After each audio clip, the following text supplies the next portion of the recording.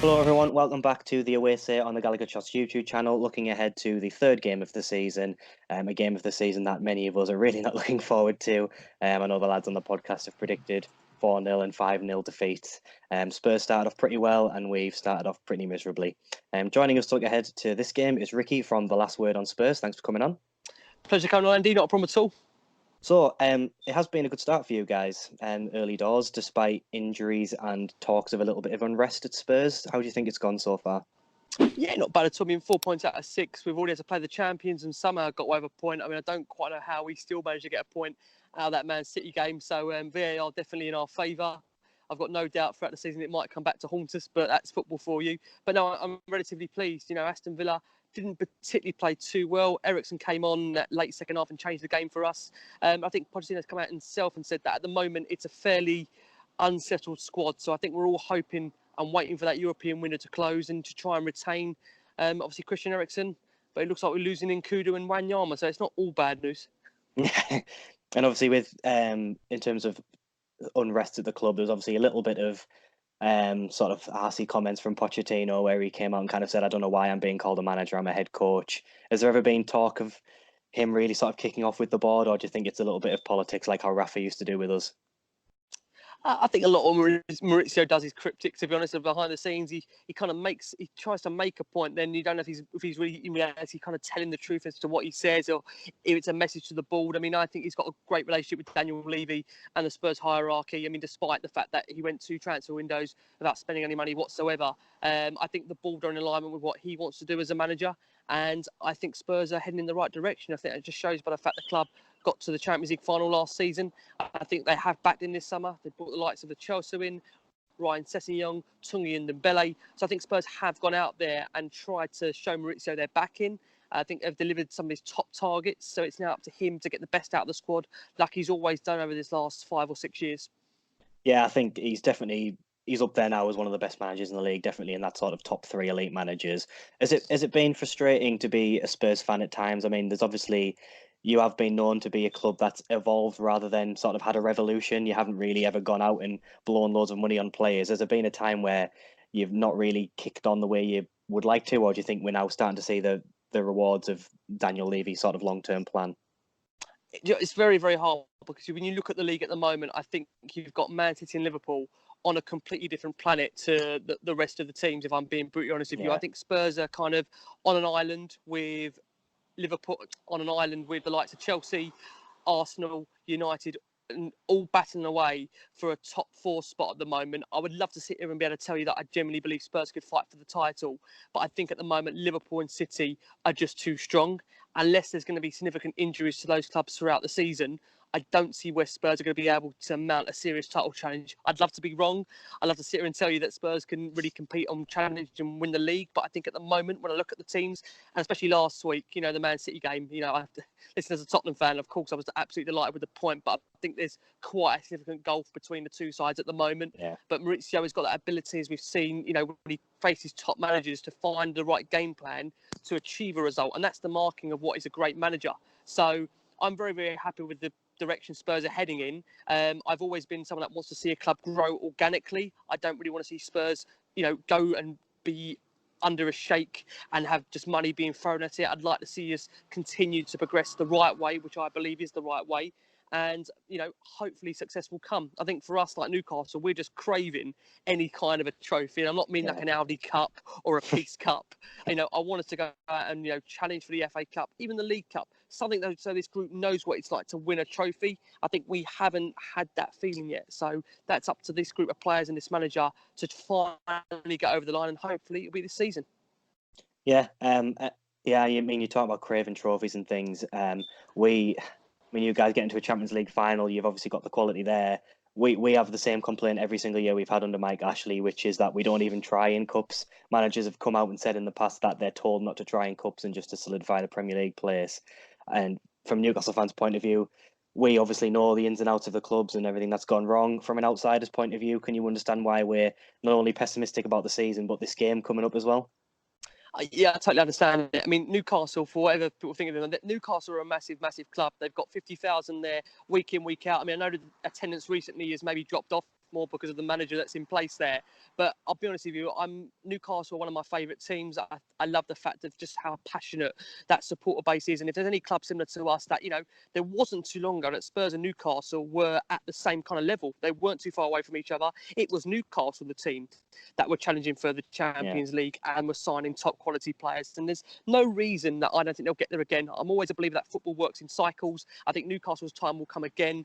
I think you guys are just absolutely desperate for a change in ownership, to be honest with you. You need someone that's going to want to take that club forward and actually have Newcastle at heart, where I think, as you probably agree at the moment, you've got an owner in there at the moment doesn't really want to be there. He's made no secret that he wants to sell, and you just feel like he's waiting and waiting for the right buyer. But he seems to be very picky and choosy in terms of who that person will be. Well, yeah, he's waiting for someone to pay over £100 million more than it's worth. And we thought we had, interesting you say that you didn't want to be owned by a sheikh, but that's what we were all craving because we were potentially going to get bought by a sheikh who, it looked like it was a complete load of baloney, but I think enough things got put into place that it wasn't complete bollocks.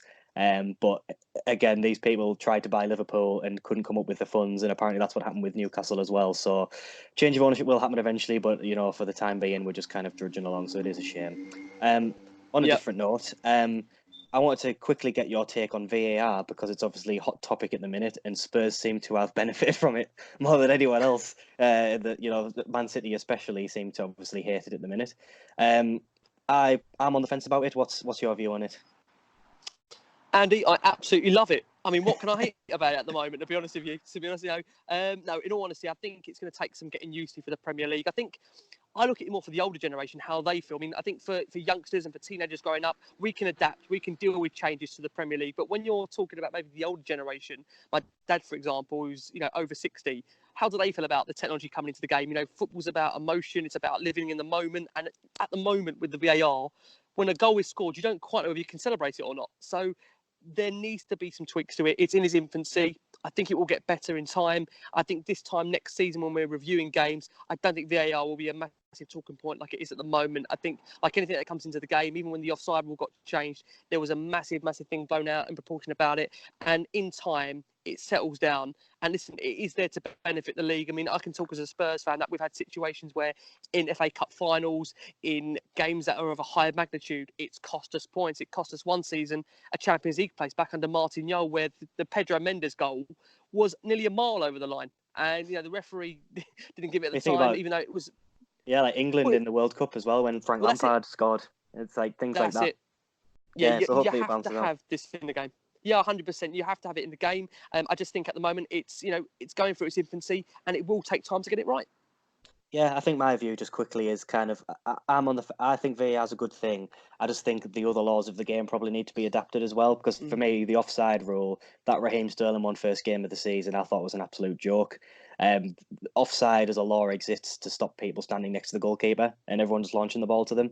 And I think if we're ruling out goals based on Raheem Sterling leaning forward to try and catch up to the ball and his shoulder blades offside, it's kind of like, and then you're getting into the human anatomy of where the shoulder ends and where the arm starts. I think that's maybe going a bit too far. I don't think they should do this whole lines on the pitch. I think it should just be to the naked eye, at normal speed. Did it look off? Did it obviously look offside, or can you understand why the benefit of the doubt was given to the attacker? So yeah, that was my view on it anyway. I agree. I think the issue you've got at the moment is that referees also, there's an inconsistency in terms of how they're using the VAR.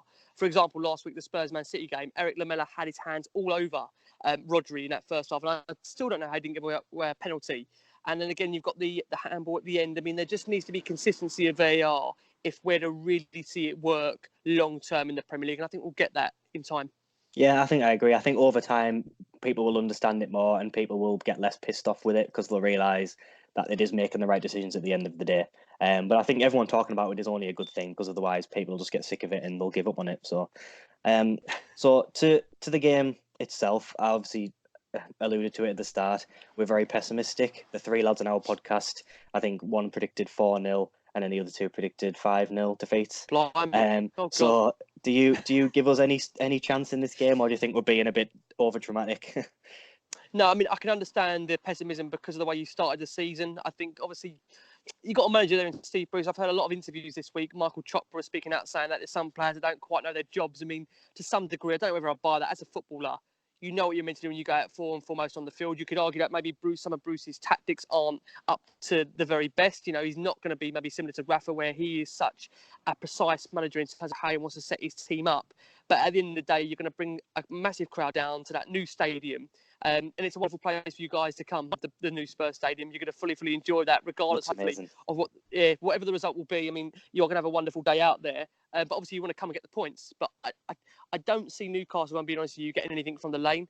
My only thing would be if they score early, that's where, nerves can set in for Tottenham. But Spurs have shown, really, even against Villa, they are patient, they are calm, that even if they do go behind, they have the character to come back. I think this Spurs side have scored or gained the most points from losing positions than I think any team in the Premier League over the last couple of seasons. We saw it in the Champions League as well. Yeah, exactly. So this team have got the ability to find the strength in character to find a way back.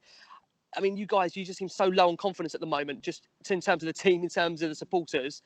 I don't see it changing this weekend, if I'm being brutally honest with you, Andy. As much as I feel sorry with you, I don't see it changing this weekend. But Newcastle do need to get a foundation. I think you get that first on the ball under Bruce, which I don't think it will be this weekend. It will be in time.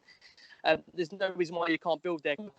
Joling said that, given time, we don't quite know much about him yet. He's not a Premier League player. So you have to give these players time to adapt. And it doesn't all happen in their first season in the Premier League. It can take a second season. Look, we're with Eric Lamela. We're still waiting on the 6th season for him to adapt. So it still takes time to get the best out of players. Yeah, I think I'd agree with that. That was one of the main things we said in the season preview, was that we were replacing proven players with players that we didn't really know how they were going to adapt, and they haven't quite done it yet. So we've said we've got a front three. If they all play, St. Maximin, Almiron, Joelinton, if they all fire, it's potentially a really good quality strike force, but we just don't know. If there is a weakness in the Spurs team, where do you think it is from a tactical point of view? Oh, that's a good question. I think for Spurs, where would I say? I mean, well, do you know what you say that? I mean, Sissoko, he hasn't started the season great, but I have to be honest with you. I know you guys laughed at us when we paid the fee, but it is almost like a football fairy tale, the way he has changed around his career. And listen, I'm not going to sit here and say, he's a Kevin De Bruyne or, he's an He does his job, doesn't he, for you guys? He does his job. Yeah. He's got such a great pair of lungs on him where he just bursts down the flank. He's a great player from transition, from defence to attack. That's what he can do for Spurs. And he's got his partner in there of France in Tungi and Dembele. So I know we were laughed at a lot by you guys at the time when we signed him, but I've got to be honest and say to you, he has turned a new leaf. Whether it will be a first-team fixture for Spurs for the whole of the season, I can't sit here and guarantee that, because we've got the likes of Chelsea still to come into the team, Ryan Sessegnon still to come into the team. But I would be surprised if Sissoko doesn't play that game alongside Tungi and Dembele in the midfield. Yeah. So match prediction then, I'm going to go 3-0 defeat. I'm not being as pessimistic as the other lads. I'm going to go 4-1 Spurs. I do fancy you to get a goal, because even you're giving us a goal. That's very kind of you. I'm giving you a goal, but I've just got to say, just on your channel, Newcastle as a club, I've got a lot of respect for them. I do sincerely hope, at some point it does turn around for you guys. It's such a loyal fan base there, and I know it's hard to stick by a manager where you feel that don't want to be too rude to Steve Bruce, but it doesn't inspire you with the confidence to want to play for him. I can only relate it back to when we had Tim Sherwood in charge.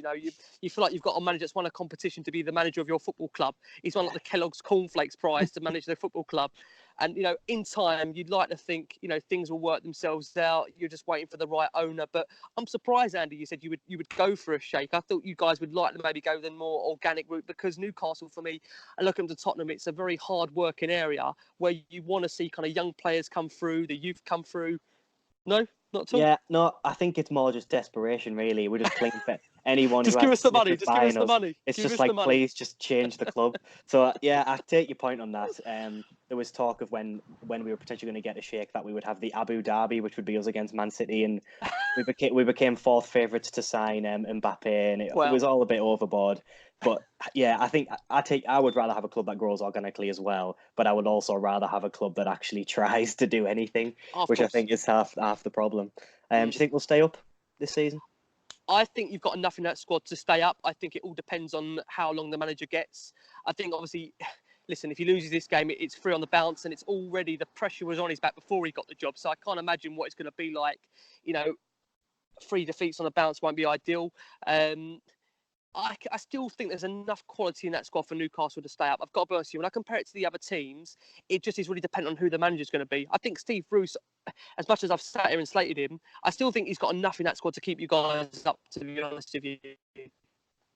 Yeah, I'm still on the fence. I've had us taking the last relegation spot.